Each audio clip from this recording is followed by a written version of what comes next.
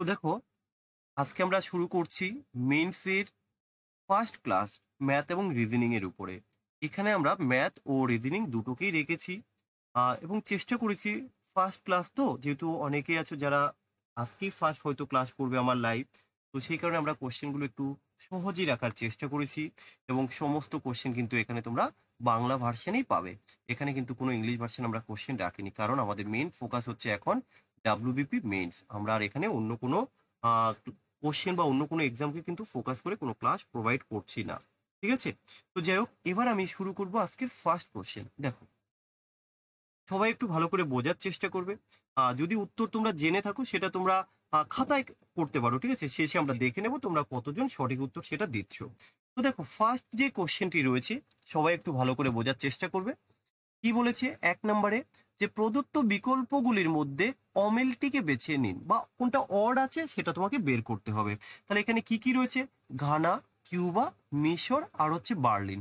তো এই যে টপিকগুলো দেখবে, এর উপরে কিন্তু আমি চ্যাপ্টার ওয়াইজ প্রচুর কোশ্চেন করিয়ে দিয়েছি।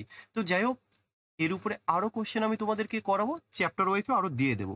এবার এখানে অড কোনটা হবে এই চারটে অপশনের মধ্যে থেকে? দেখো, এই যে এখানে বার্লিন যেটা রয়েছে না, বার্লিন, এই বার্লিন ব্যতীত অন্য সবগুলোই হচ্ছে কিন্তু বিভিন্ন দেশের নাম। যেমন ঘানা, এটা কিন্তু একটা দেশের নাম। কিউবা, এটা হচ্ছে একটা দেশের নাম। মিশর হচ্ছে একটা দেশের নাম। কিন্তু বার্লিন কিন্তু কোনো দেশ নয়, কারণ বার্লিন হচ্ছে কি জার্মানির রাজধানী। আমি এখানে একটু লিখে দেব, জার্মানির রাজধানী হচ্ছে বার্লিন। তাহলে এখান থেকে আমরা উত্তর করব অপশন নাম্বার ডি।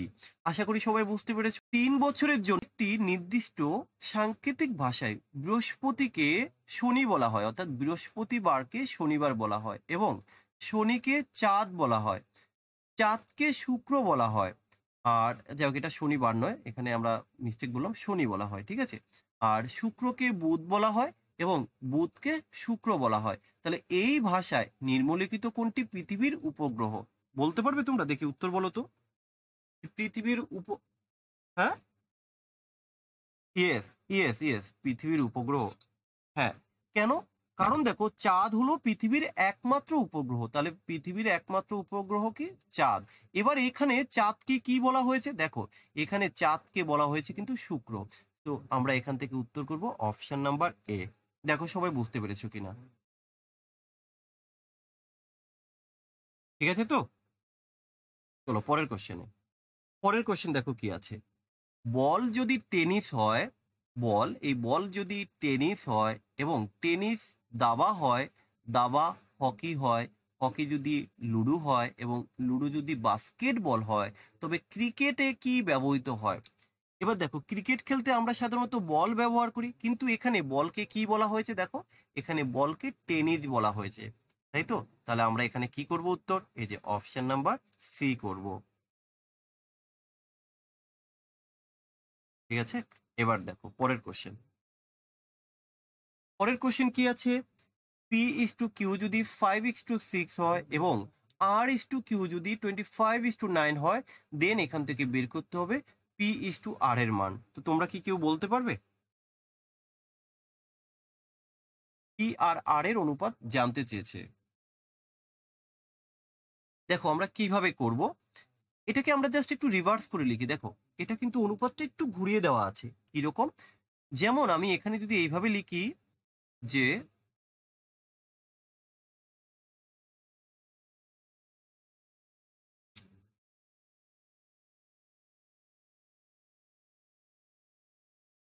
এখানে দেখো, আর ইস টু কিউ আগে লিখলাম আমি। আর ইস ওকে, ঠিক আছে, চলো আমরা দেখে নেব। আর ইস টু কিউ কত আছে? 25:9। আবার এখানে পি ইস টু কিউ আছে। আমি এই পি ইস টু কিউটাকে যদি এইভাবে করি, Q is to P, just একটু ঘুরিয়ে নিলাম, তাহলে কত লিখবো তখন? 5:6 নয়, তখন কিন্তু আমরা লিখবো 6:5। আচ্ছা, আমরা কি এটা লিখতে পারি? দেখো, এটা অনেকভাবে করা যায়, আমি জাস্ট একটা মেথড এখান থেকে নিলাম। এবার আমার টার্গেট হচ্ছে এখান থেকে কি বের করা? পি আর আর বের করবো, অর্থাৎ এই যে আর আর এই পিটাই আমার দরকার। তো যাই হোক, এখানে আমরা জানি যেটা গ্যাপ থাকে কি হয়, ঠিক তার আগের সংখ্যাটা বসিয়ে দিতে হয়। আবার এখানেও দেখো, এটা গ্যাপ আছে, ঠিক তার আগের সংখ্যাটা আমি এখানে বসিয়ে দেব। তাহলে এবার আমরা কি করব? নর্মালি এদেরকে গুণ করব। গুণ কিভাবে করব দেখো, আগের সংখ্যা বসিয়ে দাও, এখানে ঠিক তার আগের সংখ্যা বসিয়ে দাও। তাহলে এবার গুণ করো। 6 × 25 কত হবে? 6 × 25 হবে 150। আর এখানে আমরা গুণ করবো 5 নং কত হবে? 45। এবার তুমি একে 15 দিয়ে কাটো। 15 দিয়ে কাটলে 10 হয়, 15 দিয়ে কাটলে 3 হয়। কিন্তু এখানে তো আমরা এটা বের করলাম R/P, কিন্তু ওরা তো চেয়েছে P/R, তাহলে কত হবে? 3/10। তাহলে আমরা এখান থেকে উত্তর করব 3/10। ভাই তোমরা বুঝতে পেরেছো? এবার একটা জিনিস লক্ষ্য করো, এই যে এই কোশ্চেনগুলো অনেক সময় হয়তো তোমাদের একটু গুলিয়ে যেতে পারে, সেই কারণেই কিন্তু কোশ্চেনটা রাখা। তোমরা যদি নর্মালি এইভাবে করতে যে P/Q ইকুয়াল টু আমরা লিখলাম 5/6, দেন তো আমাকে লিখতে হবে R/Q, কিন্তু তুমি এখানে R/Q এইভাবেও করতে পারতে। তুমি এখানে কিউ লিখে দাও, এখানে কিউ লিখে তারপরে তুমি আর করে দাও, তাহলেও কিন্তু হবে। তাহলে তখন এটাকে জাস্ট একটু রিভার্স করে লিখতে হবে। তখন তুমি এখানে লিখবে 9 আর এখানে লিখবে 25, কারণ যেহেতু এটাকে আমরা রিভার্স করে লিখেছি। সেম ভাবে তুমি এখানে করো, কি দরকার? পি, দেখো একবারে আসবে, এই হলো পি, আর এই যে আমরা এখান থেকে পাবো আর। তাহলে এখানে কিছু নেই, ঠিক তার আগের সংখ্যাটি বসবে, বসিয়ে দিলাম। এখানে কিছু নেই, ঠিক তার আগের সংখ্যাটি বসবে, বসিয়ে দিলাম। এবার কি হবে দেখো, 5 নং কত হয়? 5 নং 45, আর আমাদের মাঝেরটা তো গুণ করার প্রয়োজন নেই। আর এখানে ঠিক তার এই সংখ্যা 6 × 25 কত? 150। তো আমরা যদি 15 দিয়ে করি 3 হবে, 15 দিয়ে কাটলে 15×10 150। তাহলে আমরা এখান থেকেও কিন্তু অপশন নাম্বার সি উত্তর করতে পারি। সবাই বুঝতে পেরেছো? একটু রেসপন্স করবে।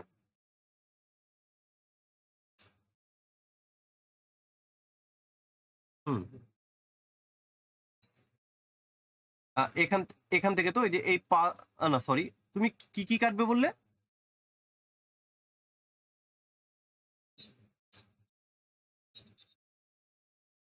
না, আমি তো এখানে আমার কথা শুনো, এখানে তো আমি কিউর কোনো ফাংশনই করিনি। আমি কি কিউর কোনো ফাংশন করেছি? আচ্ছা। হুম, হ্যাঁ, আরেকটা আরেকটা মেথড করা যেত। দাঁড়াও, এখনো আবার জয়েন করছে, এদের এই হচ্ছে সমস্যা। দেখো, আমরা আরেকটা মেথডে করতে পারতাম যে P/R। হ্যাঁ, আমি দেখাচ্ছি সেটা, যে P/Q আমরা ইনটু যদি করি Q/R। দেখো, এবার এখান থেকে আমরা কি করব? এর মান কত? 5:6। দেখো, 5:6 ইন্টু 9:25। জাস্ট এবার আরেকটা মেথড দেখো, অনেকভাবে করতে পারি। এবার তোমরা যেটা বলছো যে কেটে করা যায়, আমি সেই কেটেই দিচ্ছি এখান থেকে। তাহলে দেখো, এখানে আমরা 3 দিয়ে কাটলে কত হয়? 3 দিয়ে কাটলে 3, 3 দিয়ে কাটলে এটা কত হবে? 3, তাই তো? 5 দিয়ে কাটলে এটা 5 আসছে। তাহলে এই না, গন্ডগোল করলাম তো। 5×6 = 30, তাই তো? 5:6, আর এটা হচ্ছে 9:25। তাহলে আচ্ছা, এখানে যদি আমরা এটাকে কাটি, 5 দিয়ে কাটলে 5 আর 2 3 6, তাহলে একবারে ডাইরেক্ট আমরা এখান থেকে করে দিতে পারি। দেখো, 3:10। আর তোমরা আরেকটা বললে, তোমরা কিভাবে বললে? হ্যাঁ বলো, কেউ একজন বলছিলে, তোমরা কি বললে? আচ্ছা, এই যে হ্যাঁ, হ্যাঁ, তুমি যেটা বলছো যে কিউ এর মান এখানে ধরো পি বাই হচ্ছে, এটা দেখিয়ে দিই। তুমি বাই আকারে বললে তো, যে P/Q ইকুয়াল টু হচ্ছে 5/6। আবার এখানে আমরা লিখবো, কোথায় আছে এই যে R/Q ইকুয়াল টু হচ্ছে 25/9। তাহলে এইটাকে সেম করতে হবে। তাহলে এর সাথে 3 গুণ করো, এর সাথে তুমি 2 গুণ করো, এর সাথে 2 গুণ করো, এর সাথে 3 গুণ করো। তাহলে 3×5 = 15, এটার তো দরকার নেই, এটা সেম হয়ে গেল, রাইট? এই যে কিউটা সেম, তাহলে 25×2 = 50। তাহলে এবার কি 15 আর হচ্ছে 50 কত দিয়ে? 3 দিয়ে কাটবো, 5 দিয়ে কাটবো, 5 দিয়ে কাটলে 3, 5 দিয়ে কাটলে 10। এখন বিষয় হচ্ছে, দেখো, এত রকম ভাবে তো লাভ নেই, যে কোনো ভাবে করা যায়। তো আমাদের সবার প্রথমে যেটা নজরে চলে আসে সেটা হচ্ছে যে এই প্রসেসটা, এটাই কিন্তু আমাদের সবার প্রথমে নজরে চলে আসে বা মনে হয়, কি তাই তো? চলো পরের কোশ্চেন। পরের কোশ্চেন কি বলেছে দেখো, একটি ছবির দিকে ইঙ্গিত করে রমেন বললেন। তাহলে কে বলেছে? রমেন বলছে। কি বললো? সে আমার ছেলের সে আমার ছেলের মায়ের কন্যা। ছবিতে থাকা ব্যক্তিটি কিভাবে রমেনের সাথে সম্পর্কযুক্ত? কেউ বলতে পারবে কি হতে পারে এখানে? ইয়েস, ইয়েস, রমেনের কন্যা। বলো কিভাবে করেছো? দেখো, এই যে চিত্র, এখানে যে চিত্র, ছবিতে থাকা ব্যক্তিটি কিভাবে রমণের সাথে সম্পর্কযুক্ত? তাহলে এখানে কি বলেছে? সে সে আমার ছেলের মায়ের কন্যা। তাহলে রতনের ছেলের মা, তাই তো? সরি, রমন। রমনের ছেলের মা, তার মানে কি? রমনের স্ত্রী, তাই তো? আচ্ছা, আমি একটু লিখে দিই, রমনের ছেলের মা। তাহলে কি হবে? রমনের কি হবে? এই দেখো, সে আমার সেলের মায়ের কন্যা। আগে আমরা এক এক করে যাব। রমণের সেলের মা, তার মানে হচ্ছে রমণের স্ত্রী। এটা হচ্ছে রমণের স্ত্রী। এরপরে দেখো কি বলছে, যে রমণের স্ত্রীর কন্যা, কারণ দেখো তার সেলের মায়ের কন্যা। তাহলে আমি যদি এখান থেকে এইভাবে বলি, রমণের স্ত্রীর, কারণ এই তো স্ত্রী পেলাম, সে স্ত্রীর কন্যা, তার মানে কি হবে, রমণের কন্যা। তাহলে সে আসলে কি হবে, রমণের কন্যা। তাহলে কার কথা বলা হয়েছে এখানে, কিভাবে সম্পর্কিত, এই যে কন্যা হবে অপশন নাম্বার বি। ভাই সবাই কি বুঝতে পেরেছো? Okay fine. পরের কোশ্চেন, টাইম এন্ড ওয়ার্ক থেকে একটা কোশ্চেন রেখেছি, দেখো কি বলেছি। এ, বি এবং সি একা যথাক্রমে 12, 15 এবং 20 দিনের মধ্যে একটি কাজ শেষ করতে পারে। তো আমরা লিখব,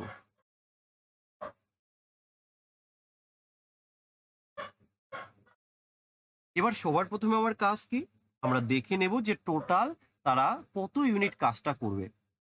তাহলে টোটাল কাজের ইউনিট কিভাবে আমরা বের করব, আমরা তাদের লসাগু করব। তাহলে এদের লসাগু করলে কত হবে, 15, 60 হবে, তাই তো, এদের লসাগু করলে 60। এবার আমরা এদের কাজ করার ক্ষমতা বা এফিসিয়েন্সিটা বের করব। তাহলে কাজ করার ক্ষমতা বা এফিসিয়েন্সি কত হবে, এর এফিসিয়েন্সি হবে 5, এর এফিসিয়েন্সি হবে 4, এর এফিসিয়েন্সি হবে 3। এইটুকু তোমরা বুঝতে পেরেছো? তাহলে আমরা প্রত্যেকের ইন্ডিভিজুয়ালি এফিসিয়েন্সি বের করলাম। এবার কোশ্চেনে কি বলেছে, যদি তারা 2 দিন ধরে কাজ করে, তাহলে তারা তিনজনে মিলে কিন্তু একত্রে 2 দিন কাজ করেছিল, তাই তো। তাহলে এবার আমরা দেখে নেব তারা তিনজনে মিলে একত্রে একদিনে কতটা কাজ করে। তাহলে তিনজনে মিলে একত্রে কাজ করেছে 5 আর 4 9 আর 3 হচ্ছে 12 ইউনিট।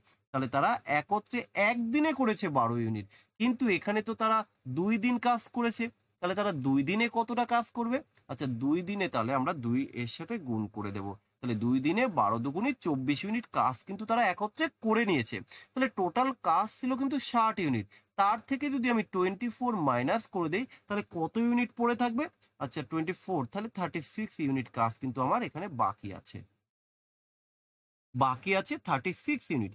এবার কি বলেছে দেখো, যে এবার কিন্তু এ আর বি কাজ সেরে চলে গেছে, ওকে ফাইন। তাহলে কত দিনের মধ্যে সি 50% কাজ শেষ হবে তা নির্ণয় করুন।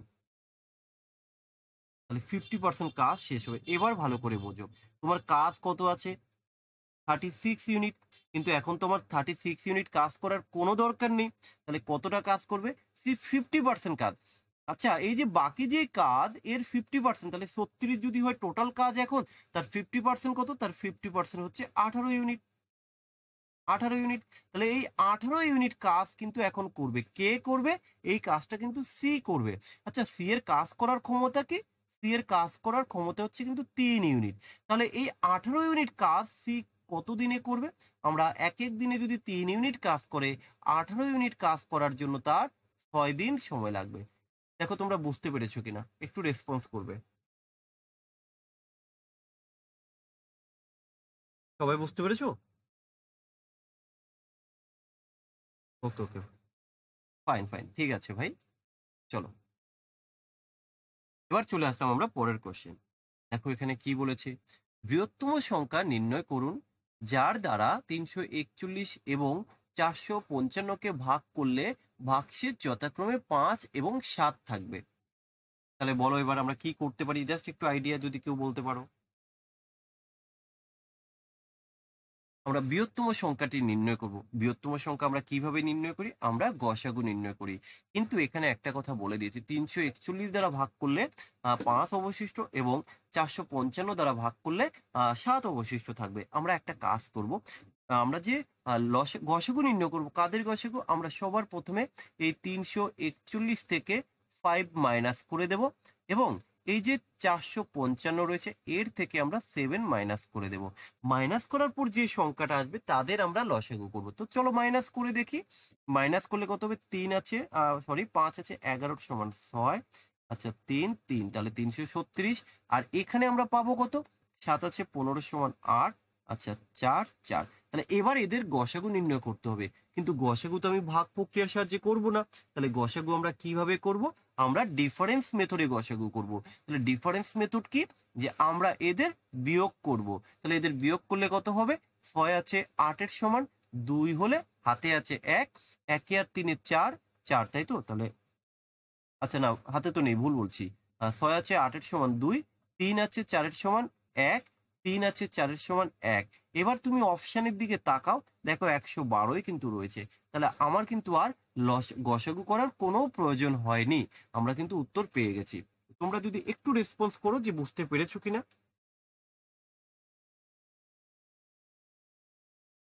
ফাইন। তাহলে আমরা পরের কোশ্চেনে যাচ্ছি, কেমন? কারো যদি বুঝতে প্রবলেম হয়, দেখো আমি একটু ফাস্ট করার চেষ্টা করছি। তোমরা অবশ্যই কিন্তু একটু রেসপন্স করবে ভাই।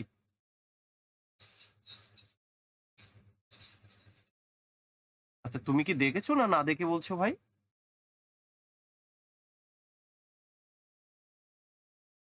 হ্যাঁ, তা তুমি অ্যাটলিস্ট ফোল্ডার গুলো কি দেখে বুঝতে পারোনি যে ওখানে কি চ্যাপ্টার ওয়াইজ আছে কিনা? এই তো, তুমিই তো তোমার উত্তর দিয়ে দিয়েছো। তো যাই হোক, ঠিক আছে, দেখো সমস্ত চ্যাপ্টার ওয়াইজ রয়েছে A to Z। ঠিক আছে, যে, তোমরা সবার প্রথমে নাম্বার সিস্টেমটাকে কভার করবে, তারপরে কিন্তু লসাগু গসাগুটাকে কভার করবে, দেন তোমরা সময় কার্য, তারপরে চলে আসবে সরল সুদ। এই 4টে চ্যাপ্টারকে আগে ভালো করে কমপ্লিট করে নাও। ঠিক আছে, তার সাথে তো এই প্র্যাকটিস চলবে। আমরা কিন্তু এই প্র্যাকটিস সেটগুলো টোটালি মেইনস এক্সাম ওরিয়েন্টেড দেবো, তার বাইরে কোনো এক্সামকে এখানে ফোকাস করছি না, কারণ আমাদের এই টোটালি ব্যাচটাই আলাদা। ঠিক আছে, পরের কোশ্চেন। আমি মেন্সের কোশ্চেন গুলো করিয়ে দেবো, এর মধ্যেই করিয়ে দেবো। দেখো কি আছে, যদি 40টি বস্তুর বিক্রয় মূল্য 50টি বস্তুর ক্রয় মূল্যের সমান হয়, তাহলে শতকরা ক্ষতি বা লাভ কত হবে? তো আমরা কিভাবে করব, দেখো এখানে বলে দিয়েছে 40টি বস্তুর বিক্রয় মূল্য, বিক্রয় মূল্য বলতে আমরা এসপি লিখতে পারি। আবার ইকুয়াল বলেছে, দেখো সমান কিসের সমান? 50টি বস্তুর ক্রয় মূল্যের সমান। তাহলে আমরা এখান থেকে লিখব 50টি বস্তুর সিপি। একটা কাজ করা যেতে পারে, কি বলতো, এই একটা শূন্য এই একটা শূন্য আমরা কেটে দিতে পারি আমাদের সুবিধার্থে ক্যালকুলেশনের জন্য। তো যাই হোক, এবার এখান থেকে আমরা রেশিও বের করতে পারি। আমরা এইভাবেও রেশিওটা বলতে পারি, কিভাবে, যে এসপি বাই হচ্ছে সিপি ইকুয়াল টু আমরা লিখব 5 বাই হচ্ছে 4। তাহলে এবার দেখো, এই যে আমার কি কেনা দাম হচ্ছে 4 টাকা, বিক্রয় দাম হচ্ছে 5 টাকা, আমি কত টাকা লাভ করেছি? 4 টাকায় কিনলাম, 5 টাকায় বিক্রি করলাম, 1 টাকা লাভ করেছি। কিন্তু এই লাভ বা লস আমাকে সবসময় কিসের উপর হিসেব করতে হবে? ক্রয় মূল্যের উপর। তাহলে আমার এখানে ক্রয় মূল্যটা কত? ক্রয় মূল্যটা হচ্ছে কিন্তু 4 টাকা। তাহলে এই যে 1/4, আর 1/4 ইকুয়াল টুই কিন্তু হয়, আমরা জানি কত? 1/4 ইকুয়াল টু, যারা জানো না দেখো দেখিয়ে দেই, তুমি কিন্তু ডাইরেক্ট বলতে পারো 1/4 ইকুয়াল টু হচ্ছে 25%। তাহলে 25% কি? প্রফিট। আবার কিন্তু লস করে ফেললে চলবে না, এটা কিন্তু আমার প্রফিট হয়েছে।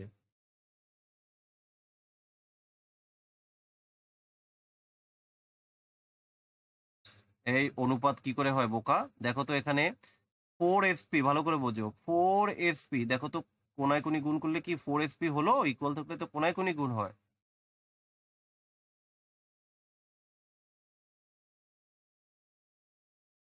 হুম, তাহলে এখানে আগে তোমার এসপিটা থেকে যাচ্ছে না, তোমার তো সিপি ইস টু এসপি লাগবে, কিন্তু এখানে তো এসপি ইস টু সিপি হচ্ছে, সেটা তো দেখো। এখানে কি আগে সিপি ইস টু এসপি আছে না এসপি ইস টু সিপি আছে? এখানে উল্টোটা আছে না, এটা দেখতে হবে তো তোমাকে। আচ্ছা, বাকিটা বুঝতে পেরেছো? ভাই না বুঝলে কিন্তু বলবে। চলো, ওকে ঠিক আছে, চলো পরের কোশ্চেনে যাচ্ছি। পরের কোশ্চেন কি বলেছে দেখো, যদি 3x+4 এবং 2x-9 দুইটি পরিপূরক কোণ হয়, তবে এক্স এর মান নির্ণয় করো। বলতে পারবে যে পূরক কোণের যোগফল কত? পরিপূরক কোণের পরিপূরক মানে এটা কিন্তু পরিপূরক বলা হয়েছে। 180 ডিগ্রি। যদি পূরক কোণ বলতো, তাহলে আমরা করতাম 90 ডিগ্রি। তাহলে দেখো, এই কোণগুলোর যোগফল যদি 180 ডিগ্রি হয়, তাহলে তো আমরা একটা কাজ করতে পারি, এখানে যে কোণ দেওয়া আছে এদের যোগফল করে দেই। তাহলে তোমাকে এটাই শুধু এখানে জানার, যে পরিপূরক কোণগুলোর সমষ্টি হচ্ছে 180 ডিগ্রি। তাই তো? এবার তাহলে আমরা কিভাবে করব, দেখো এখানে আমরা লিখলাম 3x+4। কি বলতো, এগুলো তো সহজ কোশ্চেন, অনেক সময় দিয়ে দেয়, কিন্তু তোমরা তো এই বিষয়গুলো জানো না। আর না জানা মানেই তো ছেড়ে দিয়ে আসতে হবে। ইকুয়াল টু হচ্ছে 180 ডিগ্রি। যেমনটা দেখবে আমি কিন্তু তোমাদেরকে ত্রিকোণমিতি করিয়েছিলাম, তোমরা কিন্তু অনেকে আছো করনি, এবং এক্সামের ঠিক আগের মুহূর্তে আমি বেশ কিছু রেকর্ড ক্লাস দিয়েছিলাম তোমার 2 ঘন্টা 3 ঘন্টা করে। সেখান থেকে কিন্তু আমাদের পরিমিতিটাও চলে এসেছিল, যে দুটো কোশ্চেন ছিল। বুঝতে পেরেছো? এবার তোমরা তো অনেকে আছো যারা সিরিয়াসলি ক্লাসগুলো ফলো করো, অনেকে আছো করো না। ভাই যারা করো তারা পাও, যারা করো না তারা পাও না।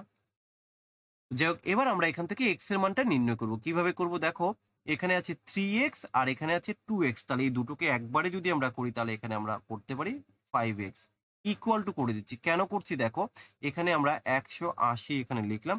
এবার দেখো এখানে আছে মাইনাস কি 9, এখানে আছে +4, তাহলে এই যে -9 এর থেকে যদি +4 বাদ দিই তাহলে থাকছে -5। এই -5 যদি আমরা সাইড চেঞ্জ করি তাহলে এই পাশে এসে কিন্তু +5 এ পরিণত হবে।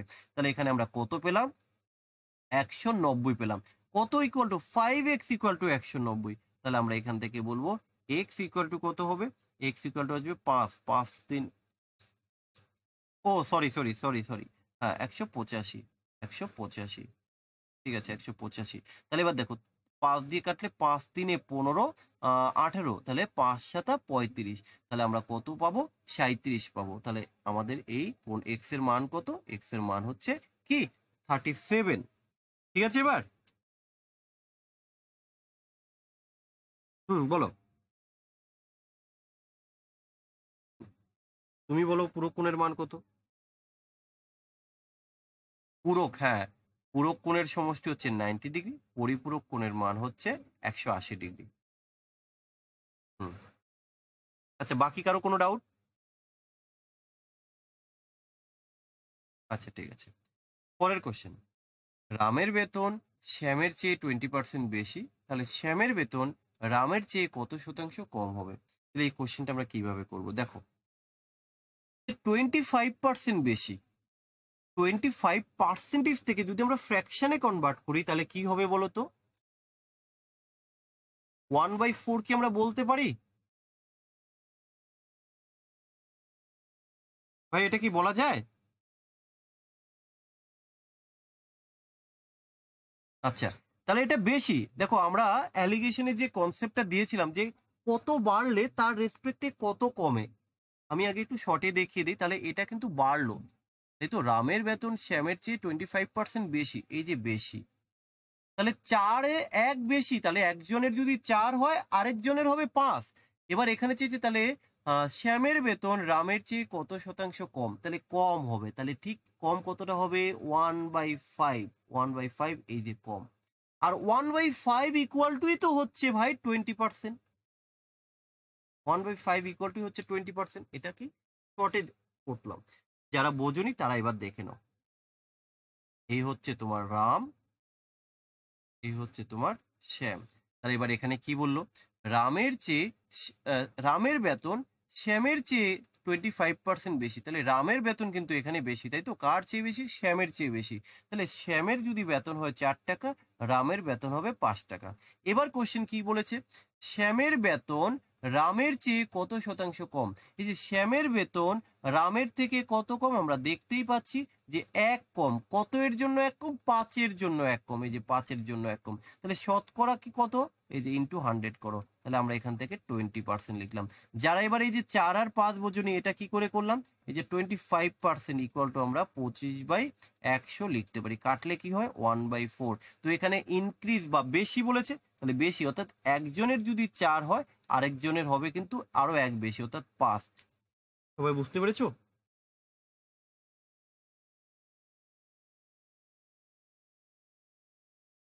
ওকে, তাহলে আমরা পরের কোশ্চেনে যাচ্ছি।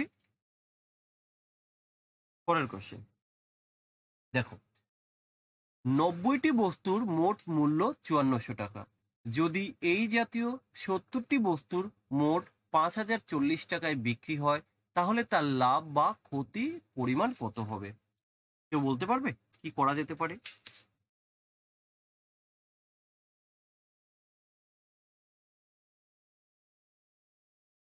এটা বস্তুর ক্রয় মূল্য হবে, কেমন? এটা হচ্ছে ক্রয় মূল্য। হুম, তোমরা কেউ বলতে পারবে?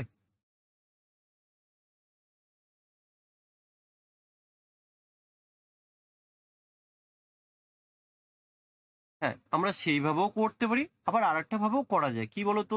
যদি আমরা সেই কোয়ান্টিটিটাকে সেম করে নিই, অর্থাৎ দেখো এখানে 90টি বস্তুর ক্রয় মূল্য আর 70টি, তো এবার আমরা যদি এই পরিমাণটাকে সেম করি তাহলেও কিন্তু আমরা বলতে পারবো। তো যে কোনো একটা মেথডে তুমি করতে পারো, তো তোমাদের যেটা মনে হলো চলো সেটাই করে দিই। যে 90টি বস্তুর ক্রয় মূল্য যদি 5400 টাকা হয়, তাহলে এখান থেকে একটা বস্তুর ক্রয় মূল্য কত কত হবে? 9 দিয়ে কাটলে 6, তাই তো? 6 শূন্য, তাহলে একটা বস্তুর সিপি কেনা দাম কত টাকা? 60 টাকা। এটুকু বুঝতে পেরেছো কি করে করলাম? 90টির দাম যদি 5400 হয়, একটার দাম কত? 60 টাকা। এবার আমরা এখানে বিক্রয় মূল্য বের করব।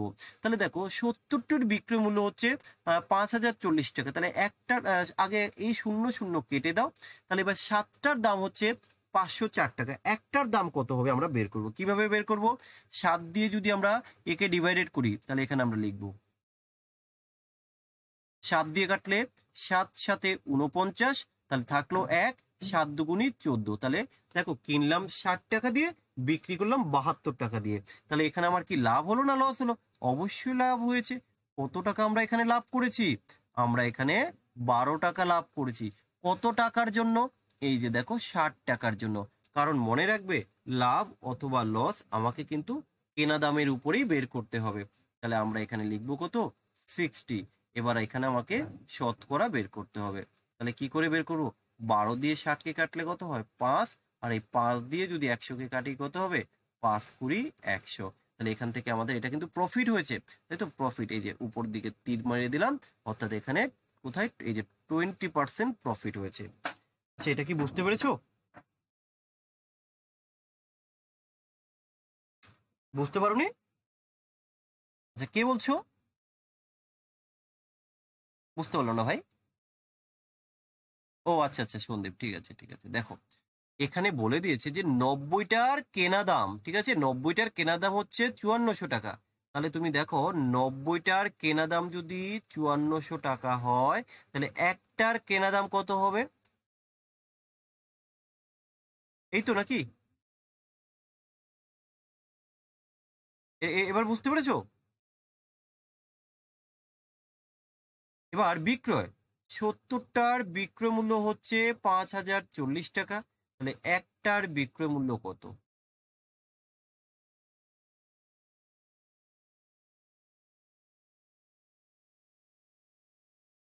তাহলে তুমি যে জিনিসটা 60 টাকা দিয়ে কিনলে, সেটা 72 টাকায় বিক্রি করেছো। কত লাভ করেছো? 12 টাকা লাভ করেছো। কত টাকার জন্য? 60 টাকার জন্য। তাহলে শতকরা কত করেছো? বের করো, 20%। এবার ঠিক আছে? আচ্ছা, আর কারো কোনো ডাউট? চলো পরের কোশ্চেন। পরের কোশ্চেন একটা রিজনিং আমরা কোশ্চেন রাখলাম। দেখো এখানে কি আছে, যে প্রথমটির সাথে দ্বিতীয়টি যেইভাবে সম্পর্কযুক্ত, একই রকম ভাবে এই তৃতীয়টির সাথে সম্পর্কযুক্ত এমন কোন সংখ্যা আছে এই 4টে অপশনের মধ্যে থেকে? তাহলে আমাকে সেটা খুঁজে বের করতে হবে। এবার এখানে একটা জিনিস লক্ষ্য করো, যে সংখ্যাগুলো মনে হয় না ডিজিট গুলো সেম ডিজিটে রয়েছে, জাস্ট কি রিভার্স কিছু একটা করেছে। তো এখানে দেখো যে 192 ছিল, 192কে ওরা কি করেছে? 291 করেছে, অর্থাৎ ওরা জাস্ট এইভাবে রিভার্স করে দিচ্ছে, তাই তো নাকি? হ্যাঁ বলো। তোমার তাহলে তুমি একটু লেফট নিয়ে আবার জয়েন করো। হুম। তাহলে দেখো এখানে এটাকে কিন্তু রিভার্স করেছে। এবার আমরা এখানে যদি একটু রিভার্স করি তাহলে কি হয় দেখো তো? 361 আমরা যদি এইভাবে ক্রস করে দিই, এটা রিভার্স নয়, অ্যাকচুয়ালি ভুল বললাম, ক্রস করি, তাহলে এখানে এই যে 6 চলে আসবে প্রথমে, তারপরে 1টা ফিক্স থাকছে, আর এই 3 চলে আসবে শেষে। তাহলে এটা ইকুয়াল টু আমরা 613 কিন্তু লিখতে পারি। অপশানে কি আছে? 613, ইয়েস। এই যে অপশন নাম্বার ডি হবে সঠিক উত্তর। ভাই তোমরা কি বুঝতে পেরেছো? ওকে ফাইন, ঠিক আছে। পরের কোশ্চেন। এবার দেখো আমরা একটু অ্যালজেব্রা থেকেও কোশ্চেন রেখেছি, কারণ বলা যায় না, কিছু কিছু কোশ্চেন দিয়ে দিতেই পারে, তাই না? যেমনটা তোমরা এবার ভাবতেই পারোনি যে জিওমেট্রি থেকে কোশ্চেন দেবে প্রিলিতে, আবার ত্রিকোণমিতি থেকে কোশ্চেন দেবে, তাই না? ঠিক এরকমই কিন্তু আচমকা হঠাৎ কিছু কিন্তু ঘটে যেতে পারে। বুঝতে পেরেছো? এবার দেখো, এবার বিষয় হচ্ছে ভাই, তোমাদের অ্যালজেব্রা যদি করতে হয় তাহলে তো কিছু সূত্র জানা দরকার। তোমরা কি অ্যালজেব্রার সূত্রগুলো জানো? একটু আমাকে জানাবে, নাহলে আমি সেটা বলে দেব। মানে আচ্ছা, বাকিরা যদি একটু রেসপন্স করে সুবিধা হয়। আচ্ছা যাক, এবার দেখো, এবার বিষয় হচ্ছে তোমরা অনেকে হয়তো জানো, অনেকে হয়তো ভুলে গেছো। তো যাই হোক, আমি কি এটার একটা পিডিএফ করে বা ফটো করে তোমাদের হোয়াটসঅ্যাপ গ্রুপে দেবো, নাকি এখানে লিখে দেবো, সেটা আমাকে বলো। ওকে ফাইন, ঠিক আছে, তাহলে আমি পিডিএফ করে পাঠিয়ে দেবো। ঠিক আছে, চলো। তো যাই হোক, তাহলে এবার এখানে তো আমাকে এই কোশ্চেনটা সলভ করতে হবে। এবার দেখো, এখানে মেইনলি যে সূত্রটা আমরা ইউজ করব, a cube plus b cube plus C cube minus 3abc equal to কি হবে আমাকে বের করতে বলা হয়েছে। এবার এর কিন্তু কিছু সূত্র আছে, দেখো আমরা আগে একটু কিছু সূত্র জেনে নিই। যেমন a cube plus b cube plus C cube minus 3abc equal to আমরা লিখতে পারি কি, আচ্ছা কে যেন সূত্র জানো বললে বলো তো, এটা কি লিখবো? ওকে, আচ্ছা ঠিক আছে, দেখো আরেকটু কিন্তু আমরা লিখতে পারি, চলো সেটাও আমি লিখে দেবো। A square minus ab minus bc minus ca, আচ্ছা, বা এসি, এটা আমরা একটা লিখতে পারি। এর কিন্তু আরো একটা সূত্র আমরা লিখতে পারি, যে হোক এগুলো আমাকে দেখতে হবে যে কোথায় কোনটা আমরা কাজে লাগাবো। Yes yes yes. তো আমরা এইটাও কিন্তু, যাক, যারা হয়তো জানো না তারা একটু জেনে রাখবে, কারণ আমি সূত্রগুলো দিয়ে দেবো। কারণ ভাই বলা যায় না, পরীক্ষা কিন্তু কোশ্চেন দিয়ে দিতেই পারে, কারণ তোমরা কিন্তু প্রিলি এক্সাম দিয়ে সেটা কিন্তু লক্ষ্য দেখেছো যে কিছু নতুনত্ব ছিল। আমরা এইভাবেও করতে পারি, ঠিক আছে। এবার এটাকে, এই যে এটাকে কিন্তু আরেকটু সুন্দরভাবে সাজিয়ে লেখা যায়। দেখো আরেকটা জিনিস, তো এখানে আমরা জানি যে এ প্লাস বি প্লাস, দেখো এখানে আমি লিখে দিই যে a plus b plus c equal to যদি কখনো জিরো হয়, তাহলে দেন আমরা কি বলতে পারি বলো তো লক্ষণ? ইকুয়াল টু 3abc, এটা বলা যায় তো? ইয়েস। Okay fine. যদি এটা বলা যায়, তাহলে এবার আমরা এটাকে ক্যালকুলেশন করব। দেখো এবার, এই যে a plus b plus c zero, এটা তুমি কি করে বুঝবে? এ, এই যে বি, আর এই যে সি, দেখো এই তিনটেকে যোগ করলে জিরোই হয়, ঠিক আছে।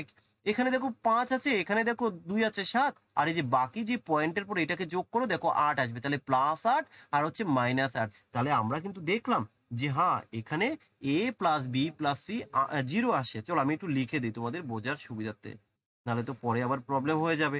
তাহলে এর মান কত? 5.674 প্লাস বি এর মান কত? আচ্ছা 2.326, আর সি এর মান কত? -8। এবার আমরা এই টোটালটাকে যোগ করে পাবো 8 -8 ইকুয়াল টু 0। তাহলে আমরা এখানটা দেখে নিলাম যে a plus b plus c, sorry, a plus b plus c equal to যদি 0 হয়, then a cube plus b cube plus C cube equal to হচ্ছে 3abc। তাহলে এবার দেখো, এখানে তো আমরা প্রমাণ করে পেয়ে গেলাম যে হ্যাঁ, এবিসি ইকুয়াল টু 0। যদি তাই হয়, এবার দেখো তো আমরা এইভাবে লিখতে পারি কিনা, এই টোটালটার জায়গা আমরা যদি এবার এইভাবে লিখি, যে এখানে তো আমরা 0 পেয়ে গেছি, আর এখানে a plus a cube b cube c cube equal to আমরা 3abc পেয়ে গেছি। তাহলে সুতরাং আমরা কি এবার এটা বলতে পারি, এ কিউব প্লাস, এবার মানটা বের করবো, B cube plus C cube minus 3abc। এবার দেখো, এইটুকুর মান তো ভাই তুমি জানো কি, এই যে 3abc না, তাহলে এইটুকুর মান তুমি এখানে লিখে দাও, যে কি লিখবে, 3abc, আর মাইনাস যা আছে সেটা লিখে দাও, কি আছে, 3abc। আচ্ছা ভাই, এটা মাইনাস করলে কি হয়, 0 হয়, তাহলে এখান থেকে আমরা উত্তর করলাম 0। তাহলে এবার একটা জিনিস লক্ষ্য করো, তুমি তো ভাবছো যে কত বড় অঙ্ক, আসলে কিন্তু বড় অঙ্ক নয়। এখানে আমি যে সূত্রগুলো তোমরা জানো না সেই জন্য লিখে দিয়েছি। যারা সূত্রটা জানবে তারা কিন্তু জাস্ট এখানে দেখবে যে a plus b plus C কি 0 হয়, যদি দেখে 0, দেন ওরা তো জানবে a cube plus b cube plus c কিউবের মান হচ্ছে 3abc। So 3abc minus 3abc equal to হচ্ছে 0। এবার বলো তোমরা বুঝতে পেরেছো কিনা। যারা হয়তো সূত্রটা জানো না তাদের হয়তো একটু প্রবলেম মেবি হতে পারে, আমি সূত্রগুলো দিয়ে দেবো, তারপরে আর সমস্যা হবে না। সবাই একটু রেসপন্স করবে, বুঝতে পেরেছো? আচ্ছা যাক, আমি এর সাথে আরো একটা দুটো সূত্র জাস্ট এখানে যখন জায়গাটা রয়েছে আমি একটু দিয়ে দিই, কাজে লাগবে তোমাদের। এখানটা আমি দিয়ে দিচ্ছি, দেখো। যেমন এ বি এর একটা সূত্র হয় জানো তো, এ ইন্টু বি যদি থাকে, এর সূত্রটা বলো তো দেখি, কেউ বলতে পারবে? একদম একদম একদম, তাই তো। আরেকটা সূত্র হয়, এই সূত্রগুলো একটু জেনে রাখো, আমি একটু ডিফারেন্স টাইপ অফ দিচ্ছি, এগুলো হয়তো কখনো কখনো দরকার হয়ে যেতে পারে। এ প্লাস বি তার হোল স্কোয়ার মাইনাস এ মাইনাস বি তার হোল স্কোয়ার। আরেকটা সূত্র, এটা তো কমন, আমরা অনেক জায়গায় ইউজ করি, যে এ স্কোয়ার মাইনাস বি স্কোয়ারের সূত্রটা কি, এটা আমরা ইউজ করি এ প্লাস বি আর হচ্ছে এ মাইনাস বি, এই একটা সূত্র। চলো আরো একটা দিয়ে দিই, জায়গা যখন আছে, 2 a square plus b square equal to হচ্ছে এ প্লাস বি হয়ে গেল, এই যে তার whole square plus a minus b তার হোল স্কোয়ার। তো যাই হোক, এখানে আমি কিছু সূত্র দিয়ে দিয়েছি, এগুলো তোমরা একটু খাতায় নোট ডাউন করে নেবে, আর বাকি যে সূত্রগুলো দরকার সেগুলো আমি তোমাদেরকে প্রোভাইড করে দেবো। আচ্ছা, যাই হোক, এবার আমরা যাচ্ছি পরের কোশ্চেনে, আর কিছু কোশ্চেন রয়েছে। পরের কোশ্চেন দেখো কি আছে, পরিমিতি থেকে একটা কোশ্চেন রয়েছে, খুব সহজে রয়েছে, সমস্যা নেই। কি আছে, একটি ত্রিভুজের দিকগুলো, দিক বলতে এখানে বাহুগুলোই বলতে পারো, যে 5:4:3 অনুপাতের মধ্যে থাকে। যদি ত্রিভুজের পরিধিটি হয় 84 সেন্টিমিটার, তাহলে বৃহত্তম দিকটির দৈর্ঘ্য কত হবে? তাহলে কেউ বলতে পারবে কি করা যেতে পারে? 35। দেখো কিভাবে করতে হয়। সবার প্রথমে যে ত্রিভুজের যে অনুপাতটা দেওয়া আছে, তাই তো, আমরা এটা দেখব। আর এর পরিধি বলতে কি বলতো, তিনটি সমষ্টি তো, তাই তো নাকি? ত্রিভুজের পরিধি হচ্ছে কি, ত্রিভুজের টোটাল যে সমষ্টিটা আসবে, তাহলে অর্থাৎ যে তাদের যে দিকগুলোর সমষ্টি আসবে। তাহলে এখানে তো এক্স্যাক্টলি আমি জানি না সংখ্যাগুলো কত, কিন্তু আমি অনুপাতটাকে ধরে নিতে পারি, যে একটা হচ্ছে 5x, আর আরেকটা হচ্ছে 4x, আর একটা হচ্ছে 3x। এবার যেহেতু এদের পরিধি বলে দিয়েছে, তাহলে আমি কি বললাম, যে আমরা জানি ত্রিভুজের পরিধি ইকুয়াল টু হচ্ছে ত্রিভুজের কি, টোটাল আমাদের দিকগুলোর সমষ্টি। তাহলে এবার দেখো, এখানে ত্রিভুজের যে বাহুগুলো দেওয়া আছে তাদের সমষ্টি কত হবে, 5x, 4x আর হচ্ছে 3x। তাহলে এদের যে পরিধি দেওয়া আছে সেটাই হচ্ছে কিন্তু এদের সমষ্টি। তাহলে আমরা এটা ইকুয়াল টুই লিখবো কত, এটা ইকুয়াল টু লিখবো 84। এবার যোগ করলে কত আছে, 5 আর 4 9, 8 3 12। তাহলে আমরা এখান থেকে করব 12x ইকুয়াল টু হচ্ছে 84। তাহলে আমরা এখান থেকে x বের করব, x ইকুয়াল টু কত আসবে, 7 12 84। কিন্তু এখানে চেয়েছে যে বৃহত্তম দিকটি নির্ণয় করো, অর্থাৎ বৃহত্তম যেটা। তাহলে এখান থেকে সব থেকে বড় কি আছে, সব থেকে বড় হচ্ছে 5, অর্থাৎ 5x। তাহলে এই দেখো 5x, এক্স এর মান যদি 7 হয়, তাহলে 5x এর মান কত হবে, 5 7 35। এই যে 5 7 তাহলে 35 হবে এখানে আমাদের উত্তর। কোথায় আছে ভাই, বুঝতে পেরেছো? ওকে, ঠিক আছে। ওকে ওকে, ঠিক আছে, চলো পরের কোশ্চেনে যাচ্ছি আমরা। পরের কোশ্চেন কি হয়েছে, একটি বর্গক্ষেত্রের ক্ষেত্রফল নির্ণয় করো যদি কিনা ওই বর্গক্ষেত্রের কর্ণ 8√5 দেওয়া থাকে।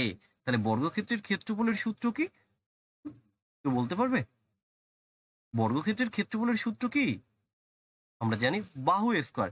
আচ্ছা, এবার এখানে একটা কথা আছে, তোমরা কারা কারা আছো যারা এই যে পরিমিতির সূত্রগুলো জানো, আর কারা আছো যারা জানো না, সেটা একটু বলো। কারণ দেখো, আমি একটা কথা বলে রাখি, পরিমিতিতে যে সমস্ত কোশ্চেনগুলো পরীক্ষায় তোমাদের আসে, তোমাদের তো খুব একটা টাফ আসে না, বা আহ, বেশি বড়ও আসে না, ঠিক আছে, একদম সহজ, মানে ডাইরেক্ট সূত্র।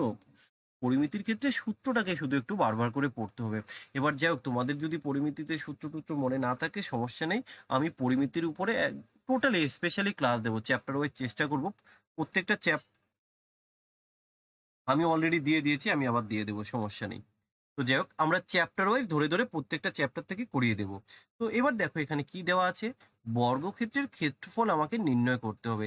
আমরা জানি বর্গক্ষেত্রের কর্ণ কি, বাহু ইন্টু √2। তাহলে দেখো এখানে আগে এটা একটু জেনে রাখো, বর্গক্ষেত্রের কর্ণ ইকুয়াল টু কি, যে বাহু ইন্টু √2। কিন্তু এখানে তো কর্ণ দেওয়াই আছে কত, এই কর্ণের জায়গায় তখন আমরা লিখে দেবো 8√5 ইকুয়াল টু যা আছে সেটা লিখে দাও, যে বাহু √2, তাই তো। এই যে এখানে তো কাটা যাবে না, আচ্ছা ঠিক আছে, চলো তাহলে চলো আমরা বাহুটাকে বের করব। বাহু কি হবে বলো তো? আচ্ছা বাহু তাহলে এখানে আসবে 8, এটা 5 বাই হবে √2, এখানে আমরা 8 করে দিলাম, তাই তো নাকি? দেখো তো। কিন্তু এবার আমাকে তো বাহু বর্গক্ষেত্রের ক্ষেত্রফল নির্ণয় করতে হবে। আর বর্গক্ষেত্রের ক্ষেত্রফল কি? বর্গক্ষেত্রের ক্ষেত্রফল হচ্ছে বাহু তার স্কোয়ার, অর্থাৎ এই যে বাহু তার স্কোয়ার, তাই তো। এবার দেখো কিভাবে করব। আচ্ছা এখানে দেখো, এর স্কোয়ার করলে কত হবে?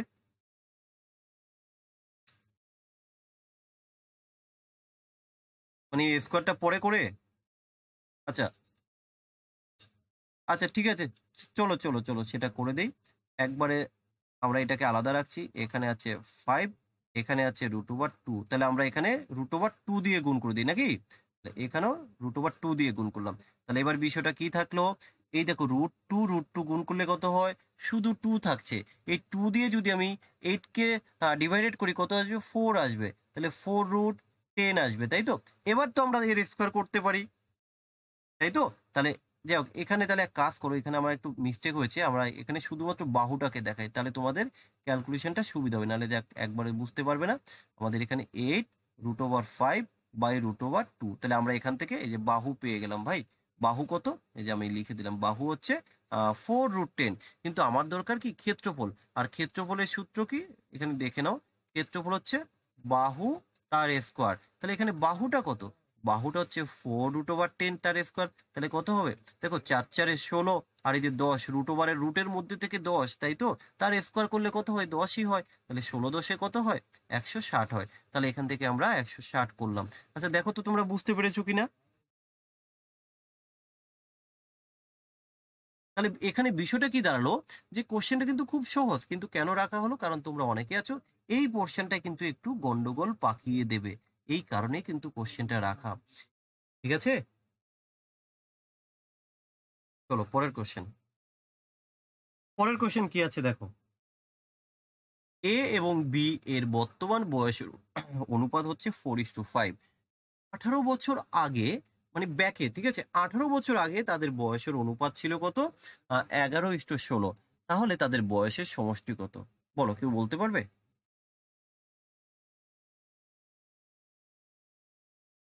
তাদের বয়সের সমষ্টি 90 হবে, বলো কিভাবে করেছো? ঠিক আছে ঠিক আছে, ছেড়ে দাও, তুমি ছাড়ো ছাড়ো ছাড়ো ছাড়ো। ঠিক আছে, দেখি বাকিরা, বাকিরা কেউ বলতে পারবে? দেখো, ওকে ফাইন, ঠিক আছে, এবার দেখো দেখে কিভাবে বলবে। আগে আমি তোমাদের যে বড় চলে আসে সেটা কেন একটু দেখে নাও। যে তোমরা যেভাবে করো যে এ এবং বি এর বর্তমান বয়স কত, একজনের হচ্ছে 4 আর একজনের হচ্ছে 5 অনুপাত, কিন্তু আমরা তো সঠিকটা জানি না, তা অনুপাতের ক্ষেত্রে আমরা কি ধরে নিলাম? একজনের হচ্ছে 4x, এই এ বাই বি আমরা অনুপাতকে ডিভাইডেড আকারে লিখলাম, রেশিও আকারে। তাহলে বি কত? বি হচ্ছে 5x। এবার তোমরা কি করো, 18 বছর আগে, 18 বছর আগে বলতে কি হয়? নিশ্চয়ই 18 আমরা মাইনাস করে দেবো, প্রত্যেকের থেকে 18 মাইনাস করে দেবো। 18 বছর আগে তাদের অনুপাতটা ছিল কত? এই যে 11/16। এবার তোমরা কি করো, এখান থেকে এদের মান নির্ণয় করবে। যাক এটা তোমরাই করো, এখান থেকে তোমরা সবার প্রথমে এক্স বের করবে। তো যাক এক্স বের করলে এখানে চলে আসবে এক্স এর মানটা 10। এবার কি চেয়েছে? তাদের সমষ্টি চেয়েছে। তাহলে সংখ্যা দুটো কি কি? একটা হচ্ছে 4x আর একটা হচ্ছে 5x। এই যে দেখো, একটা 4x আর একটা হচ্ছে 5x, এখানে তাদের সমষ্টি চেয়েছে। তাহলে আমরা এখানে লিখবো সমষ্টি ইকুয়াল টু কত? 9x। আর আমরা তো জানি এক্স এর মান 10, তাহলে 9 × 10 ইকুয়াল টু হচ্ছে 90। তাহলে আমরা এইভাবে উত্তর করতে পারি, কিন্তু তাহলে এক্সামে অনেকটা সময় লাগবে। আমরা কি করে করব? এখানে বলেই দিয়েছে যে তাদের বয়সের অনুপাত হচ্ছে 4:5। তাহলে দেখো তাদের বয়সের অনুপাত যা আছে, তাদের বয়সের সমষ্টি চেয়েছে, তাহলে সমষ্টি করো না তুমি। মোট অনুপাত কত? 5 আর 4 9। অর্থাৎ যাই হোক না কেন, সে তাদের বয়স কিন্তু 9-এর গুণিতক হতেই হবে। তাহলে 9-এর গুণিতক কি আছে? অর্থাৎ 9 দিয়ে কাকে ভাগ করা যায় অপশানের মধ্যে? 9 দিয়ে, এখানে দেখো যে 110কে ভাগ করা যায় না 9 দিয়ে। 9 দিয়ে কি 80কে ভাগ করা যায়? যায় না 9 দিয়ে ভাগ। 9 দিয়ে কি 105কে ভাগ করা যায়? যায় না ভাগ। তাহলে এখান থেকে একমাত্র 9-এর মাল্টিপল বা 9-এর গুণিতক বা 9 দ্বারা ভাগ করা যায় অপশন নাম্বার বি কে। তাহলে দেখো এই অপশন টেস্ট, অর্থাৎ বয়স সংক্রান্ত সমস্ত কোশ্চেনের ক্ষেত্রেও কিন্তু তোমরা অপশন টেস্ট করে উত্তর করতে পারো।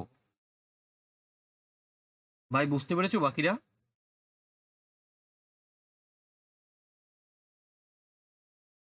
ওকে, ফাইন। আর আরেকটা জিনিস বলে রাখি, তোমাদের বিশেষ করে ডাব্লিউপি এক্সামের জন্যই বলছি যে পরীক্ষায় যদি বয়স সংক্রান্ত কোনো কোশ্চেন থাকে, তোমরা না আগে এক্স ধরে না করে চেষ্টা করবে একটু অপশানের থ্রুতে করার। হ্যাঁ, কারণ আমি এই কথাটা এর আগেও কিন্তু আহ, অনেকবার বলেছিলাম যে তোমরা চেষ্টা করবে বয়স সংক্রান্ত বিশেষ করে যাই কোশ্চেন থাক না, তোমরা সেটাকে অপশান টেস্ট করেই করবে। চলো যাই হোক, আমরা পরের কোশ্চেনে যাচ্ছি। পরের কোশ্চেন কি আছে দেখো, পিঙ্কি প্রিয়ার চেয়ে লম্বা তবে রিনার চেয়ে খাটো। তাহলে আমরা এক এক করে করব। এখানে কি বলেছি, পিঙ্কি প্রিয়ার চেয়ে লম্বা, তাহলে এই হলো পিঙ্কি।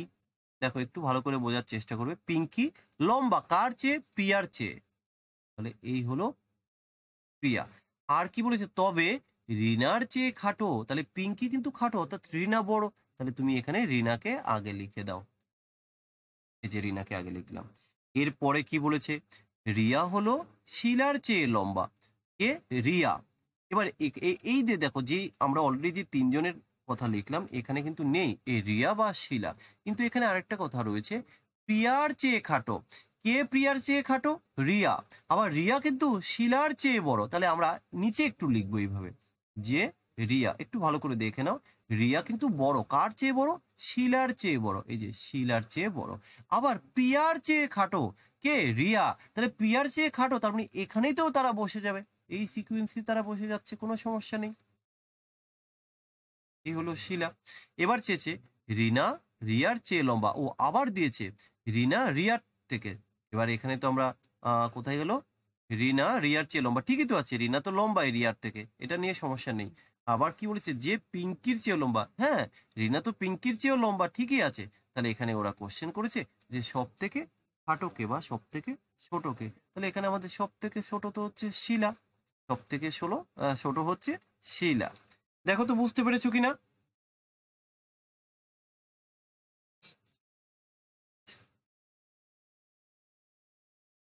পরের কোশ্চেন, দেখ এই কোশ্চেন তোমাদের প্রিলিতেও এসছে, তবু আমরা আরেকবার একটু করে নিই।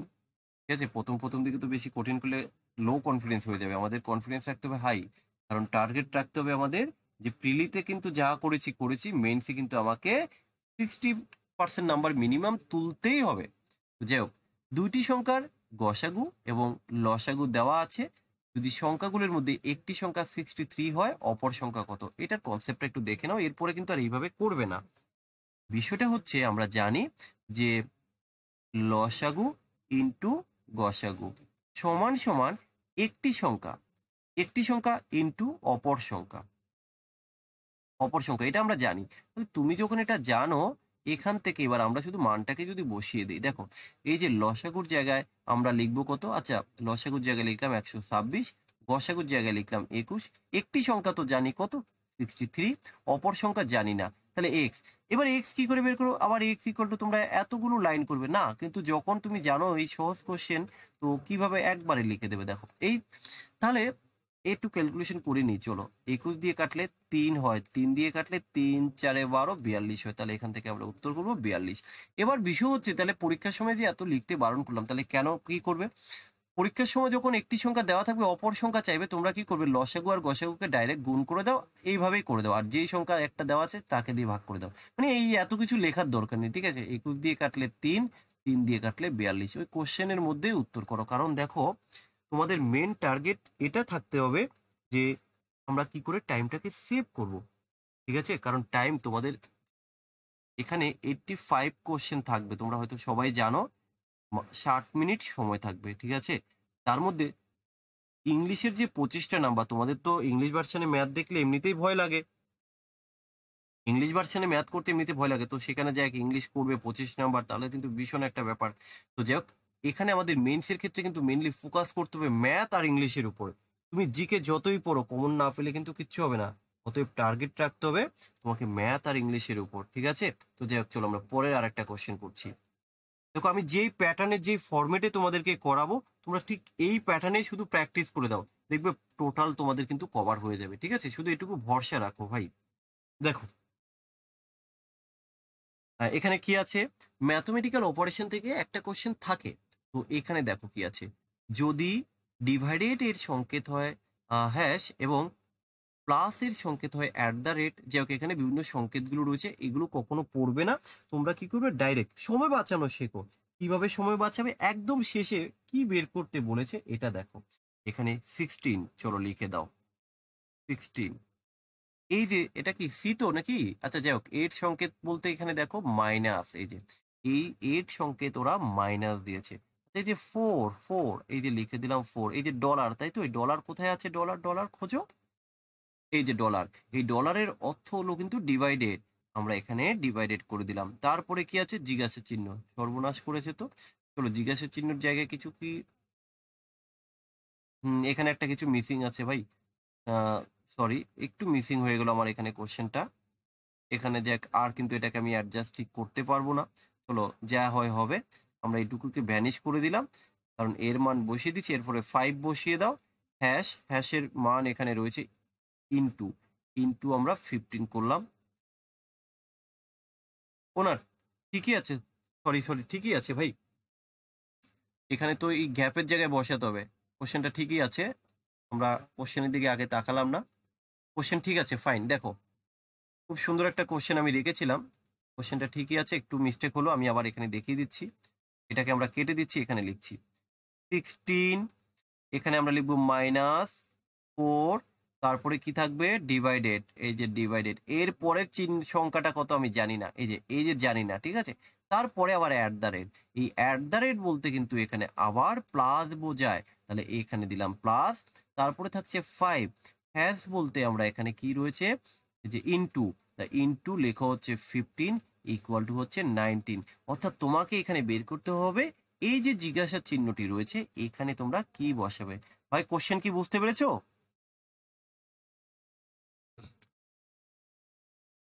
তাহলে দেখো কি, এই কোশ্চেনটা একটু নতুন নতুন মনে হয় না? আমরা এরকম কোশ্চেন করেছি, কিন্তু এই ধরনের কোশ্চেন কি করেছি? যাই হোক, তাহলে আমরা এটাকে সলভ করবো। বলো এবার কিভাবে সলভ করব, কেউ বলতে পারবে? আচ্ছা একটা জিনিস দেখো, আমরা জানি এই কোশ্চেন গুলো তো আমাদের বদমাস রুল দিয়ে করতে হয়, তাই তো? তাহলে এবার কিভাবে করব বলো। এখানে আমরা তো আগে ভাগের কাজ করব, আগে কিন্তু আমরা ভাগের কাজ করব। তাহলে এই যে গুণের যে, তারপরে তো গুণের কাজটা, গুণের সাথে কিন্তু এর কোনো সম্পর্ক নেই, কারণ আগে কিন্তু প্লাস সাইনটা রয়েছে। তাহলে আমরা একটু ছোট করে নিতে পারি, 16, দেখি মাইনাস, এখানে আমরা এমন কি দেব, +75 ইকুয়াল টু 90। আচ্ছা কেউ বলতে পারবে কি দেওয়া যেতে পারে? আচ্ছা 4, বলো কিভাবে।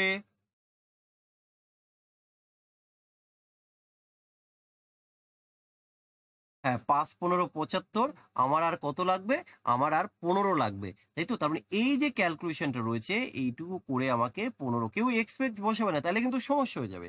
তাহলে আমাকে আর 15 বানাতে হবে, কিন্তু 15 কি করে বানাবো, এখানে তো আছে 16, তাহলে 16 থেকে যদি আমি 1 মাইনাস করতে পারি তাহলে কিন্তু 15 বানানো যাবে। তাহলে এবার এখানে 1 কি করে আনবো, এখানে যদি আমি 4 বসিয়ে দেই, কারণ এটা তো আমাকে ডিভাইডেড আগে করতে হবে, তাহলে 4 ডিভাইডেড 4, তাহলে 1, 16 মাইনাস 1, তাহলে এখানে আমরা পেলাম কত, এই যে 15, 15 প্লাস হচ্ছে 75, দেখো ইকুয়াল টু হয়ে গেল কিন্তু 90। তাহলে আমরা এই যে জিজ্ঞাসা চিহ্ন, তার জায়গায় কত বসালাম, 4 বসালাম। তো যাই হোক, এটা কিন্তু একটা নতুন ধরনেরই কোশ্চেন আমরা পেয়েছি। তো যাই হোক, আমি আজকের সেটে 20টা কোশ্চেনই রাখলাম, টোটালি ম্যাথ এবং রিজনিং এর উপরে, ঠিক আছে।